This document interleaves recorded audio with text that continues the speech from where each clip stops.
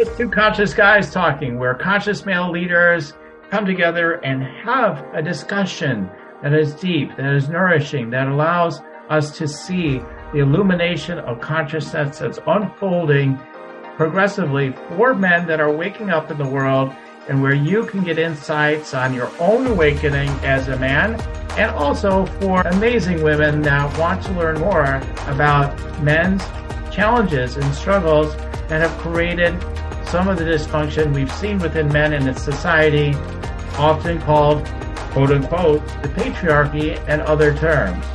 What created it? What is the genesis of it all?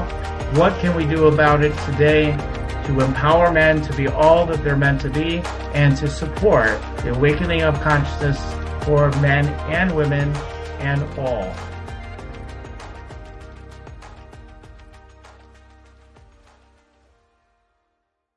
Gordon, it's great to be with you today. Thanks so much for having me, Daniel. As our exchanges in preparation for this call, I'm really looking forward to having a vulnerable conversation about emotions and how men show up in the world and how we can foster connection within ourselves and then ultimately within I view it as brothers and sisters. Yeah, totally. Totally. I mean, you are, for me, like, I don't know that much about you, but from what I just talking to you before the interview and just seeing you online and everything, you're traveling the world all the time. You're a digital nomad, it seems. And, you're doing it. I don't even know all the things you're doing. You gave me a little rundown. You're like, yeah, that's just kind of a little bit of what I do. And you're fun. And so there's a backstory for all of us, right? Of what has been happening for us, I'd be really curious, because you just seem like these very ultimately kind of I know you'll be like, not really, but probably, but you're kind of fun that way, but you're really kind of a creative, out of the box kind of guy and everything. And kind of curious about that, like growing up. I always like to start with when you're a kid, because so many things gets kind of set up, as we're kids. And I was wondering, like, being an out of the box thinker, were you like that as a kid? Was that encouraged as a little boy, and all that kind of thing? I'm kind of curious about that. Great question, Daniel. So ironically, I'm in Palm Springs right now, and I don't use the word digital nomad that just doesn't resonate with me. I just say global citizen. Okay, there we go. I'm a global citizen. Mm-hmm. Or like international man of connection, a little 008 sort of thing. Yeah. I was working with an artist in Palm Springs, and I was actually telling her this story in regards of in the box and out of the box. When I was in 7th grade, I took a test in order to get into the advanced science and literature. And in the test, so you're 13 years old, 12 or 13 years old. And they hand us this piece of paper and 2 number 2 pencils and said, you have an hour. That was the only instructions that we got, Daniel. And I look at this piece of paper, and it's a piece of paper. If I had one at my standing Airbnb, I would pull it to show as an example. But it was just completely blank, except there were 100 little boxes. And there was no instruction on what you're supposed to do in the boxes. There was no do math or count, or it was just a blank piece of paper, 2 number 2 pencils.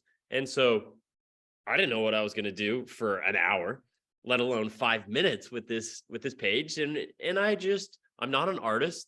So I would draw outside, I would draw a picture of a sun and 2 people in the sun. And then the next, I would just draw some lines. And then on the next box, I would draw out of the box and come a line and then come out of the box. And so I was done in about 10 minutes. Everyone's freaking out of what they do. I'm watching my peers. So I turn in the test and I get the results 2 weeks later. And I was the first ever student to score a 99% on this test. Because I was probably the only person to draw outside the box. Oh, everybody was trying to stay in the box. So, so have I, as a kid growing up, I was a star student and a star athlete. I grew up in until 8, we moved to the States. So I moved to the States as an 8-year-old. So I was a foreigner. So when you ask the question of always being outside the box, I always had a different view. I never viewed the world in the way that my peers did. I always had an outside view being Canadian. And I was actually just talking to a client yesterday about this, and they go, man, have you always been so out of the box? And especially for the last 3.5 years while I've traveled the world, and most of the world was freaking out at home during COVID. And there was 8 months that I stayed in Portugal at one spot, actually at Gregory's house. The rest of the time I traveled. I would be a place for a week or 2 weeks. And because I'm Canadian, have a Canadian passport, and I have a global companies, I could get into these places with my clients, and, you know, we'd have a letter and a contract. I could get into these different countries. Very long-winded. Yes, I've always been outside the box, and it is morphed in. But if it's one of those things, if somebody tells me not to do something, I'm probably going to do it, even if it's like against the betterment of my own judgment. Is, you know, I remember when I was a kid, I was a senior in high school, and my dad goes, "You're not good enough to play college golf." And man, I have this letter that I have in the first book that I published when I was 25, Eluding Reality. And this letter just is this massive hate letter to my dad, Daniel, that says, I don't care if I have to play golf in the armpit of the US. I'm going to go play college golf just to prove you wrong. Well, this proves how good of a manifester I am. I played college golf in Pueblo, Colorado, which is year in and year out voted as like the worst city in the US. You manifested perfectly, yeah. And so I only lasted less than one semester because I got addicted to ecstasy, and I was dealing drugs and playing golf, and it just was a bad situation. But, you know, back to that manifestation, like I was pretty good. So be careful, to anyone listening, be careful what you wish for, and be really crystal clear of your manifestation. You never know. Right. I mean, I relate to that. Like, yeah, like I've heard other people say this, like the guy that created a lot of the stuff for the internet said, just tell me, right? He's in this movie, Pass It On or whatever. He says, just tell me I can't do it and it'll happen. You know, like I remember even recently playing like bags with somebody, you know, in their backyard. I'm like, the minute he started giving me a hard time, I said, "Oh, you don't think I can do it?" And boom, everything's going in the hole, right? Like, but then it started to drop off because I kept telling him, "Keep telling me I can't do it." And then when he did it, then it dropped off. But if people say you can't do it, then I can definitely do it. Like, I tend to be that way. That's how I got any of the success I've had in life. Like, really, it came from people saying you can't do it. Oh, you're not good enough. We don't think you're substantial enough to be able to be a therapist, even, for example, when I was doing that, or you're not substantial enough to be able to, you know, get a thriving online business. Give me a break. Oh, you could possibly help healers, you know, get clients and have a thriving business doing that. Healers will never pay you anything. I'm like, yeah, that's going to happen now. You know, like, I totally relate to this. And so I wonder, like, I think I don't know that that's a guy thing, really. I think men and women are that way, but like some of us we're defiers, aren't we? We're just like, oh yeah, watch me do it, you know? Well, and the other side of that coin is, are we doing it out of stubbornness, or are we doing it to prove somebody's wrong? And and I know in my life, there's like the story about my dad and golf. It was like, I was just doing it to prove him wrong. And then when I got in that situation, I really didn't want to play golf anymore. So it was no surprise that I was more focused on girls and drugs than actually playing golf. And that's one of those aspects that now, a little bit later in life, goes, okay, this person says don't do this, or don't touch this. I'm in a museum, and like I'll probably touch it. Versus if you don't even persuade me into that, right, you're probably fine. Like, I'm just going to assume I'm not going to touch the right. 1,000-year-old artifact. But if you say don't touch the artifact, that gives me an open invitation too. It's the usual, it's the subconscious mind thing they say, right? So you say, don't do it. All the subconscious mind hears is, do it, do it. Maybe something to that too. So, okay, cool. So you've always been out of the box for a number of reasons. And I think that's just your path, right? That's who you are. And that's great. So did that ever so it did get you in trouble, maybe in certain ways, for sure. You know, so how did that jive with were you different in terms of like like we're talking about the stereotypes, male stereotypes? Like what were the male stereotypes you faced growing up? Your dad had certain ideas, I'm sure I can feel it. What ideas did he have about what what it's going to take for you to be a real man, or what, however he was looking at it? But like what thing, and then how did that maybe conflict in some ways with how you were being? Like, tell us about that dynamic. Yeah, as I was saying when we were prepping for the call, I was just running one of the mastermind groups that I run called Connected Geniuses, and my dad's actually in the group. And it's really interesting. We have an 18-year-old in the group and a 68-year-old, right? So we got, what's that, 50-year age gap in the group, and everything in between, from guys who run private equity companies to crypto guys to therapists to public speakers. It's just a very diverse group. With the intention of everyone's like, this is my men's group. Like, this is the place where we go, where we talk about our feelings, where we're able to be real. The questions that we ask every week when we're going through the overview is, what is your big win for the last 2 weeks? And what do you need help with? And sometimes it's, okay, I'm going through this breakup. I need help with this. Great. One of the guys is a relationship expert. They'll get on a call. Or, I need help to raise $3 million. Okay, great. Let me show it to my investor group. Or, so within that, and as leading this group, I'm more say it's like the group of the group, but it's my Zoom and I send the email and it's ultimately my group. Is I can tell the moments where I lead with vulnerability, how much realer the group is versus the times where I go, yeah, everything's okay. And then they're like, message me on the side of like, we know you and how you show up, like, what's going on? Yeah. And that's the piece. I was having lunch with a friend here in Newport Beach, and he just point blank asked me, he goes, Gordon, what's going on? And I'm like, I'm really frustrated with this one client. He's like, that's not it. What's behind that? And I go, okay, like, I'm experiencing this. And he's like, okay, now we're getting somewhere. And like, he pushed a little bit harder and a little bit harder. Yet in a group setting, I might not have been able to be vulnerable. And most people would have just like heard the first answer and glossed over it, gone on to the next thing.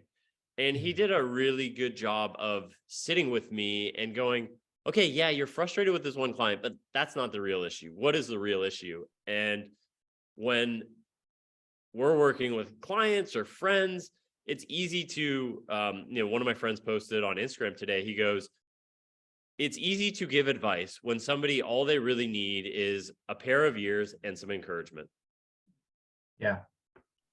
And especially within men, one of my favorite, and I can send you so you can put it in the notes, is an article written by Hunter Thompson that he wrote to his friend at 22, who was asking him for advice. And basically the synopsis, it goes, I'm not an egotistical maniac. How do I know what game you're playing? I can't give you advice for a game that I don't even know. I can't even, like, one of my friends goes, look, I'm wrong 75% of the time, and I'm right 25%, and I'm highly successful.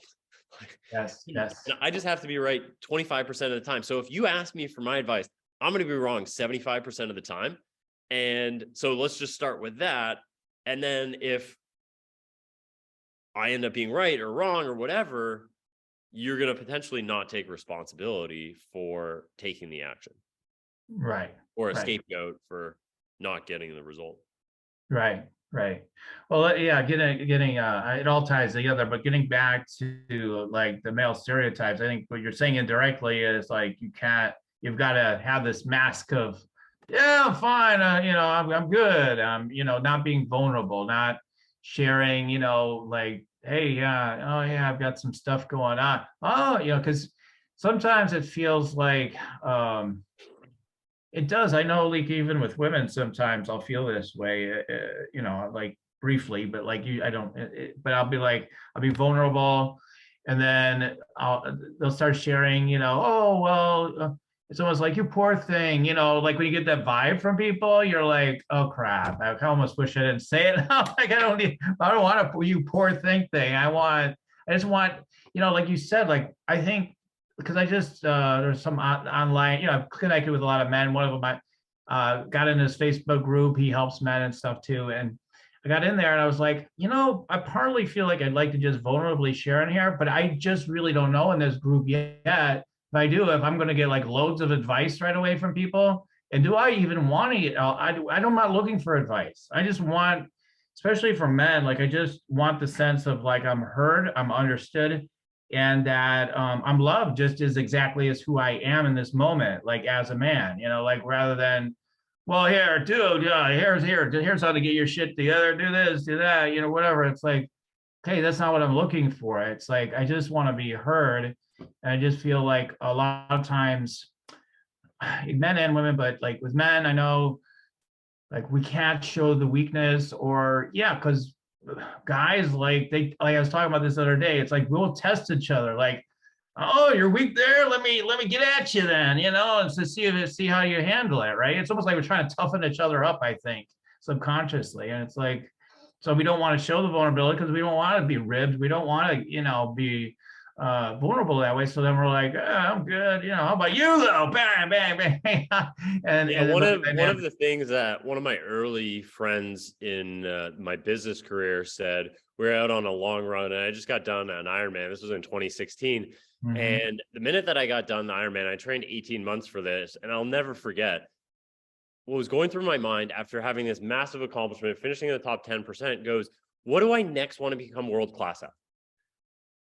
And I'm thinking through what I next want to become world class. At the time, I'd already become like a world class writer and a world class Ironman and a world class golfer.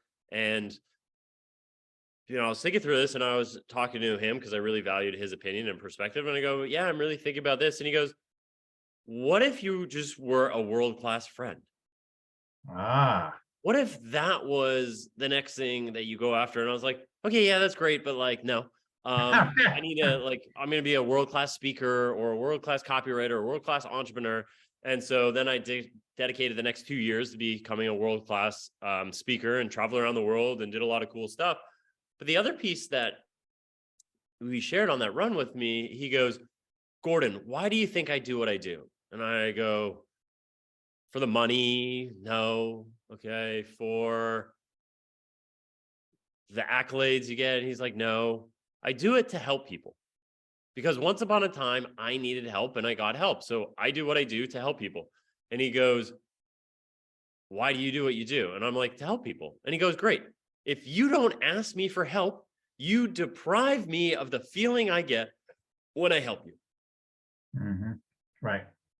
Ask me for help. Right. As men, we can have these stereotypes of, I got everything figured out, and next thing you know, you're dead. Right. And the suicide is what, 70% male in the US. And last year there were 70,000 suicides, 100,000 overdose deaths. I believe those numbers are really low. I bet it was over 250,000. Why? Because people couldn't ask for help. And when I was speaking in schools as a kid, one of the things I always said in regards of my addiction story is ask for help until you get the help that you need and deserve. Like, keep asking for help, keep asking for other people, and be very, when you're working with a friend, be like, hey, I just want you to listen. I would love your advice. I would be very specific. And that's, a lot of the groups and masterminds we run by, it's called the Gestalt method, which is, I'm never going to tell you what to do, but I'll tell you what I did in my experience. And then obviously you're a smart individual. So then you go, oh, well, if this is what Gordon did, maybe this is what I should do. Right. Well, in terms of some business ideas right away, I was picking your brain. I'm like, so how did that happen? How did this happen? Because some of those ideas might interest me. Who knows? I'm looking at, you got masterminds and stuff. I'm like, yeah, I keep toying with the idea of doing this mastermind. And then I'm like, okay, how do I want to bring it together? And then I get ideas and I'm like, nah, that doesn't sound good. Then you give me an idea, like just you sharing something. I'm like, maybe something like that. And that's really what my niche has been for the last 5 years, is masterminds, building, growing, scaling, consulting. I could do it in 2 minutes, right? Like, and the main thing for anyone considering a mastermind, and happy to have a chat offline, is who is your ideal customer? And then once you figure out that ideal customer, what value and transformation do you want to deliver? Or you can go vice versa. What value and transformation do you want to deliver? Then you find the ideal customer. And from there, you can just build out, as I was telling Daniel, I have a group, we have a call on Thursday at noon Eastern time every 2 weeks. And then once a year, we do an in-person retreat. Well, the first year that we did this, we had the call on Friday at noon. And then a lot of people couldn't make it. And they're like heading out into the week. So we changed it to Thursday. And the attendance has been better. And, you know, we did a retreat in West Virginia and half the members came into that. So it's, but I've been able to be a global citizen, travel the world. And I know, like, I load my mastermind calls that I run on Thursdays. I have this call, like my mastermind call I'm on the West Coast now, it was at 9 o'clock. And then my other one's at 12 o'clock. I'm able to squeeze this podcast in, go through emails and, you know, make these groups that I run benefit me versus, oh my God, I got to get on this call today. Mm-hmm. Yeah, exactly. Exactly. Yeah. But what you said, as far as the men thing goes, it's like just asking for the help and realizing, like for me, like I could just ask that group if I wanted to share in that group, if I decide I want to do that. Hey, I'm not looking for advice. But sometimes we forget, like, just ask for what you want, right? so like, and be very specific.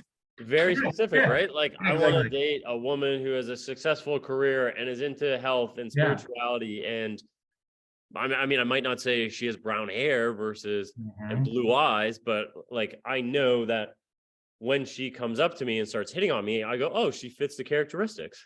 Right. Exactly.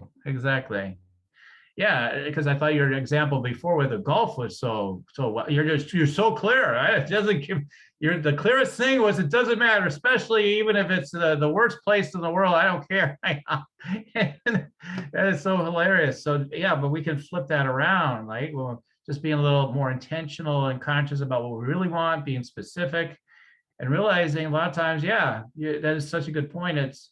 We're crying, so to speak, about like, well, we're not getting what we want, or we're just not being specific and saying, yeah, this is what I want. I just kind of be more expecting that that's going to happen then, and taking the actions to let that happen, of course. But the language I love using, because it takes a little bit of the pressure off. So when say I'm on a date, or say I'm in a business meeting, and I learned this from a parenting expert, Dr. Shafali Tanzin, I believe is how you pronounce her name. If I butcher it, please do not destroy me in the comments. We're spreading love here, not some of that other stuff that some of the media does. But I remember at this conference, I was 5 years ago, I am the only single non-parent in the room that is a male, right? It's a 95% female audience, 5% male. Why am I in the room, you might ask? Well, because I am fascinated by the subject. I think she is one of the best parenting experts in the world. And at the time, I was one of the top parenting experts in the world, not from a parent perspective, but from a child perspective. And so I was getting flown around the world to work with kids with very wealthy parents to help empower their kids from hey, look, I was a very wealthy kid and I became a drug addict. Here's how not to go down that path. So Dr. Shafali goes, expectations are a fantasy which have not yet been met. So let that sink in. Expectations are a fantasy which have not yet been met. So the example she was using, you have 4 kids under 6 that are having dinner, and you expect everyone to be eating with their utensils and not making a mess and being quiet. That's your fantasy. And so when it comes back to what we're talking about, what I go with a lot of my friends, or I'm on a date, I go, hey, I have a fantasy that we go walk on the beach today. Okay. Like, I'm not saying we're going to go walk on the beach. Like, I'm not saying we have to go walk on the beach, but like, it's my fantasy to do X, Y, Z. And what I've found is it lessens the sale or the seriousness. And it allows me to say, if I'm on a date, like, communicate my feelings in a way that is a little bit out of the curve, right? Like, I could be having dinner with somebody going, hey, I have a fantasy to kiss you. And she's like, oh, okay, that's great, sort of thing. Like, I don't. And I was like, okay, like, but if I, but if, but if I don't voice that fantasy, Right. it's just going to like fall on deaf ears. And, you know, one of my friends, Megan, always says, she goes, if you don't ask for something, it's already a no. So what's the worst thing that's going to happen? It's going to continue to be a no. Right. The Right. best thing is Exactly. it could be a yes. Right, exactly. It's already a no. And anyway, right? That old axiom. It's like it's already a no when you don't ask. So you got nothing but something to gain. It's our feelings that get in the way, right? Because to this day, there's times it depends. I don't even know what triggers me sometimes, and I have to take a look at it. But someone will say no, and I'll be like, I get no's all the time, right? When you're doing, marketing, sales, you get no's all the time. But every once in a while, certain ones, I'm like, oh, that would hurt. And the other thing that I was doing a piece of art today about is you don't have to have an explanation for the no. It's just Mhm. no. Right, right, right. And Yeah, then obviously, you know, the 4 agreements, right? It's like, okay, I try not to take this personally, but sometimes those no's are taken personally. right. It's And yeah. and and Something's going putting those on inside us. Yeah.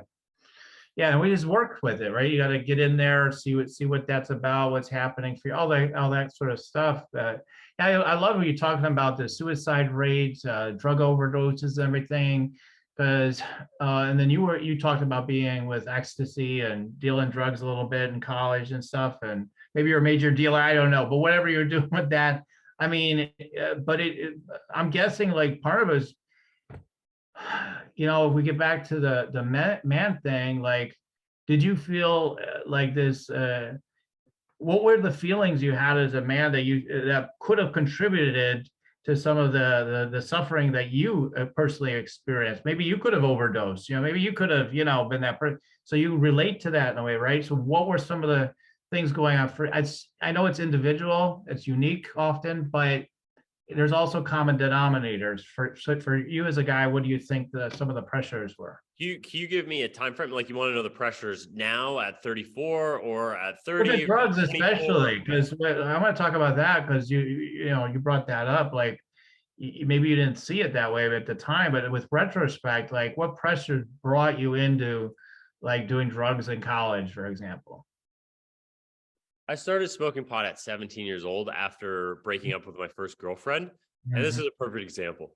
I didn't know mhm. how to deal with the heartbreak. I didn't know how to deal with the emotions. I didn't have a talk therapist. I didn't have a healthy outlet, whether it was journaling, whether it was meditation. And so when I smoked pot for the first time after the breakup, like I'd smoked pot like 2 or 3 times, not a Mhm. lot. I was like, whatever, it's okay. I drank a couple times. It was no big deal. But when I smoked pot for the first time after the breakup at 17, Daniel, I go, oh my God, this is what I have been looking for. Right, right. And when I was talking to Dr. Drew at an event that we were both speaking at a couple years ago, he goes, that is the response that a marijuana addict has. Yeah. The general population doesn't have that response of, oh my God, this is the best thing since Whatever. learning how to masturbate at whatever year old. Right, right. And that spiraled. And then as you mentioned, I started dealing. And, the thing about entrepreneurship, like I had my first entrepreneur venture at 10 years old, selling golf balls behind my house. And then at 17, when I started using pot, I go, man, I can't be spending 100. Like I'd saved like the original money that I had made selling golf balls, right? Like I was always a saver and, valued the money that I had in a bank account. And then when I started using drugs, I go, wow, this isn't going to last very long.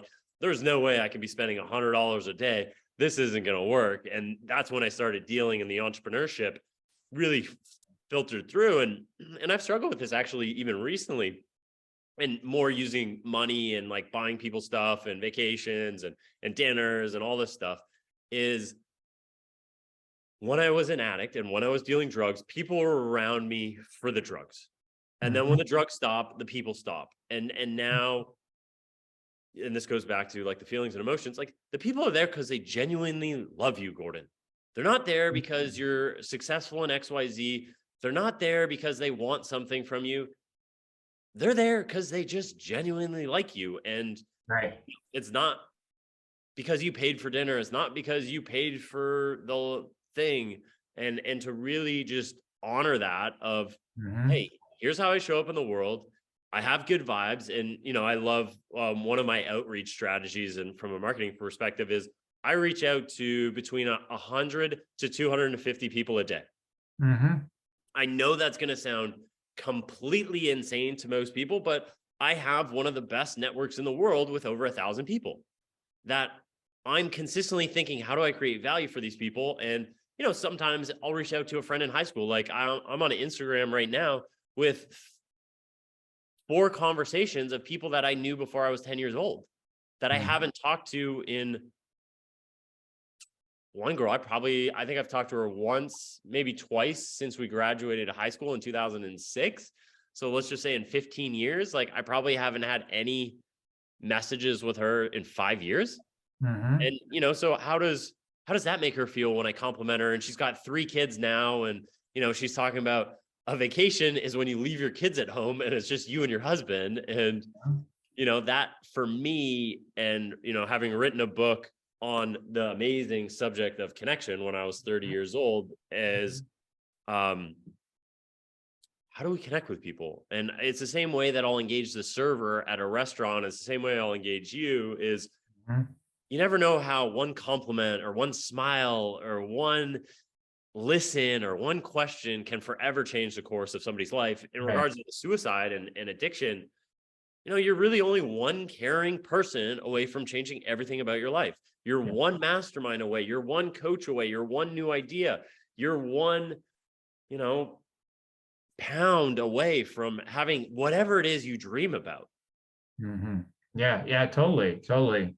So I mean, as we're trying to wrap up, just so you had the breakup with your girlfriend, so there was emotions that came up around that, that kind of helped steer you towards, trying something, like that, to deal with the emotions, right? So maybe one of the takeaways as we're wrapping up, is just it's not anything new, but just reminding people, yeah, I mean, there's all kind of ways you can deal with your emotions.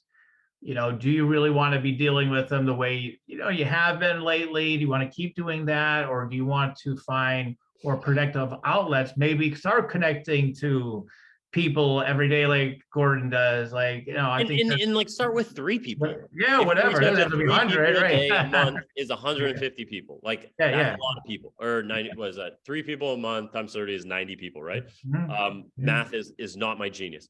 So the caveat to that is, like, and this goes back to just asking for help, right? Like, how do we, as men, Mhm. put our own ego aside and, ask for what, and sometimes you don't know what you need, right? Right. Like, there's many times where I don't know what I need or what I want. And to be able to show up saying, hey, I would benefit from a friend, or let's go for a walk, and this is really interesting in the difference of masculine and feminine.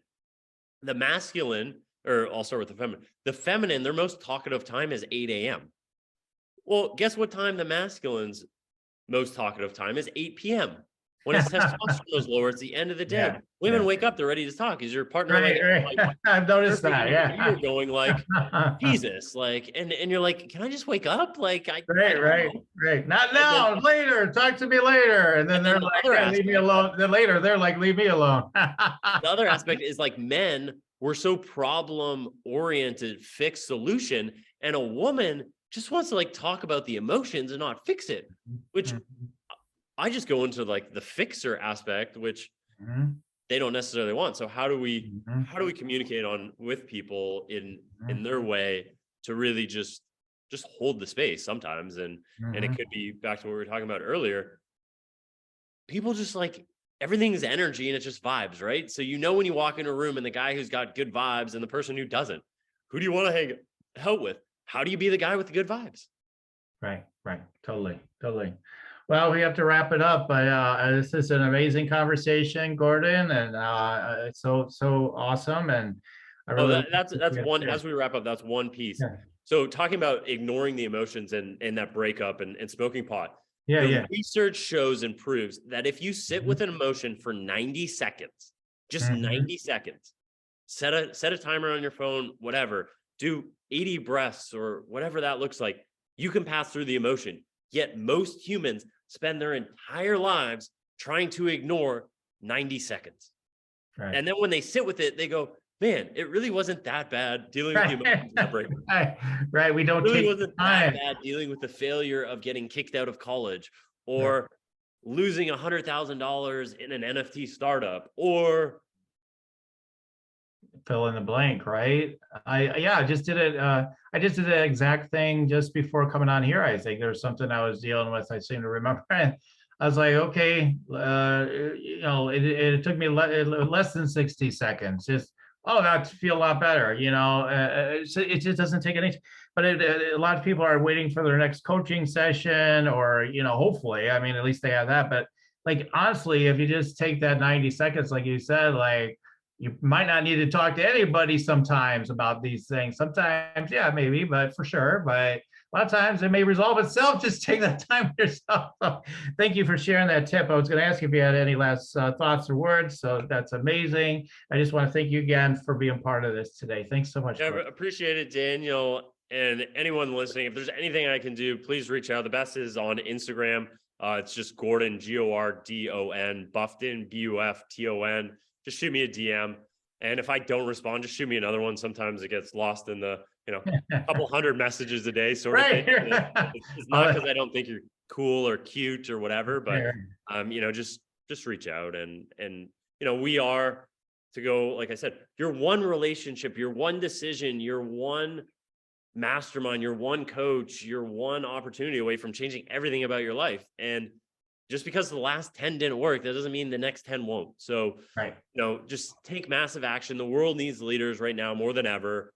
And you are a genius at something, and you're a creator. So create your genius life. Yeah, that's what Gordon's all about. So, all right. Thank you so much, Gordon. And I look forward to the next time we talk. Appreciate it, Daniel. Thank you for listening in to Just Two Conscious Guys Talking, where our mission is to impact millions of men ultimately to deepen their awakening by examining their consciousness of what's been unfolding for them with male stereotypes and programming that has allowed them to have opportunities to evolve during these times. It's an exciting time to bring more love to men and women around the world, and we are grateful for you tuning in today. Feel free to share this episode and keep tuning in, and also look in the show notes for a link to get notifications of future episodes. Until the next time, everyone, goodbye for now.